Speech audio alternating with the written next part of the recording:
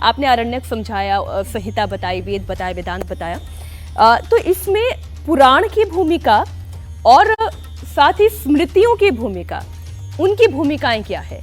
वेद, विशेषकर वेदों का जो दर्शन है, उपनिषद,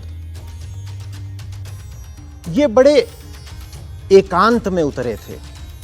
हमने कहा ना, ये श्रुति हैं। तो ये गली मोहल्ले जैसा हमारा समाज होता है, जैसे हमारे घर द्वार नगर गांव होते हैं, ये वहां से नहीं उठे थे। जो लोग एकांत में चले गए थे, जिन्होंने अपने आप को दुनिया के झंझटों से आज़ाद कर लिया था, उन्होंने कुछ बातें जानी थी और वो बहुत ऊंची क्षमता और बुद्धिमत्ता और ध्यान के लोग थे।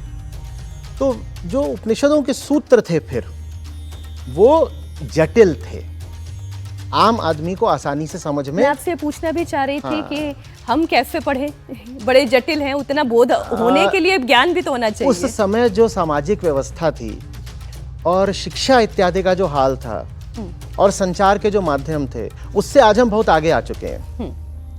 एक तो उस समय पर वर्ण व्यवस्था चलती थी जिसमें यह आवश्यक ही नहीं था कि बहुत लोग शिक्षा ग्रहण करें, या उनकी शिक्षा होती भी थी तो व्यावसायिक शिक्षा होती थी, जिसको आप कहोगे प्रोफेशनल या वोकेशनल एजुकेशन।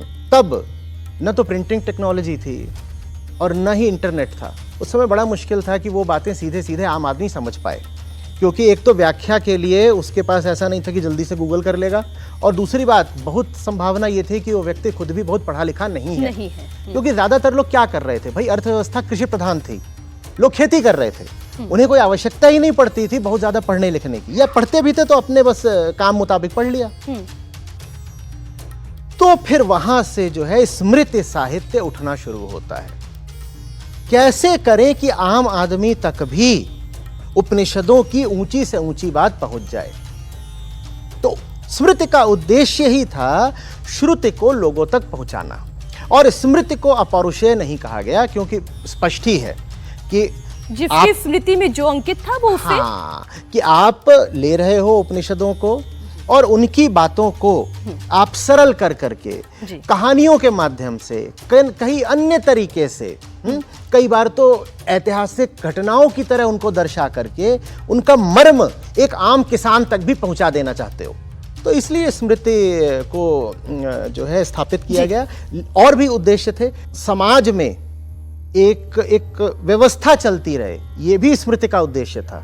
उपनिषद तो देखिए बिल्कुल ऊपर उठ गए हैं, वो ऊंची बात करते हैं, वो नहीं बताएंगे उदाहरण के लिए कि राजा के क्या कर्तव्य होते हैं। तो ये काम कौन करेगा, ये स्मृति करेगी धर्मशास्त्रों के माध्यम से। लेकिन साथ ही साथ एक शर्त रख दी गई, बहुत कड़ी शर्त यह रख दी गई कि देखो, हमें पता है कि गहरी बात को आम आदमी तक ले जाने के लिए उसमें थोड़ा सा पानी मिलाना पड़ता है, शक्कर मिलानी पड़ती है। जैसे बच्चे को दवाई देनी है तो उसको आप शहद के साथ, शक्कर के साथ दे देते हो।